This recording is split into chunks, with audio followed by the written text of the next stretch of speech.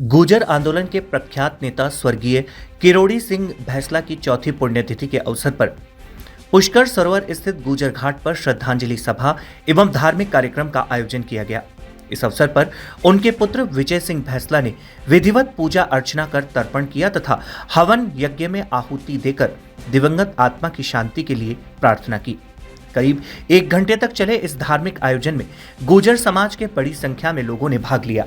कार्यक्रम के दौरान समाज के पंच पटेलों सहित उपस्थित जनसमूह ने स्वर्गीय बैंसला के चित्र पर पुष्पांजलि अर्पित कर उन्हें भावभीनी श्रद्धांजलि दी। इस मौके पर विजय सिंह बैंसला ने मीडिया से बातचीत करते हुए कहा कि उनके पिता द्वारा दिखाए गए मार्ग पर चलते हुए समाज निरंतर विकास की दिशा में आगे बढ़ रहा है। उन्होंने बताया कि एमबीसी समाज को 5% आरक्षण का लाभ मिल रहा है, जिससे युवाओं को अवसर प्राप्त हो रहे हैं।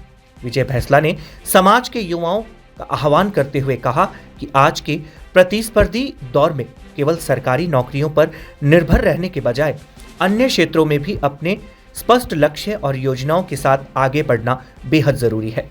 उन्होंने युवाओं को आत्मनिर्भर बनने और हर क्षेत्र में अपनी भागीदारी सुनिश्चित करने के लिए प्रेरित किया।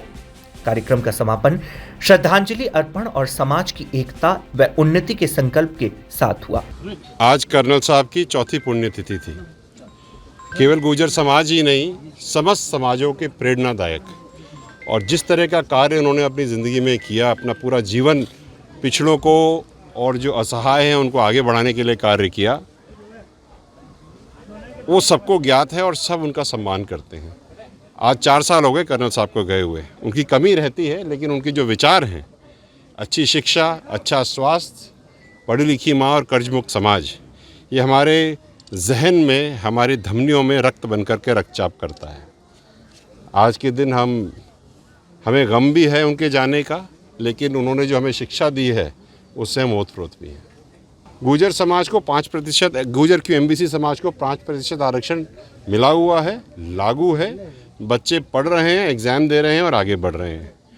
हाँ, ये बात ज़रूर है कि पूरा 5% नहीं मिल पाता, लेकिन ये रोस्टर प्रणाली जो सबके लिए लागू होती है, SC, ST और OBC और MBC सबके लिए लागू होती है, तो वो तो उसका रिजल्टेंट है। वो जब सरकार निर्णय लेगी उसको बदलने का, तब वो होगा। लेकिन आज की तारीख में मैं तो आपके माध्यम से सबको यही कहना चाहता हूँ, MBC और खैर OBC समाज, ST, SC सब समाज के बच्चों को, कंपटीशन का ज़माना है, खूब पढ़िए। जो आगे बढ़ेगा पढ़ेगा वही निकलेगा, सब पीछे वाला तो रह जाएगा। और क्योंकि आपने आरक्षण की बात की, एक बात ज़रूर कहूँगा मैं कि केवल सरकारी नौकरी ही सब कुछ नहीं है, प्लान भी सबका होना चाहिए। अगर सरकारी नौकरी में अगर नहीं लगे तो फिर क्या करोगे, इसके ऊपर भी हर एक युवा को मंथन करना चाहिए।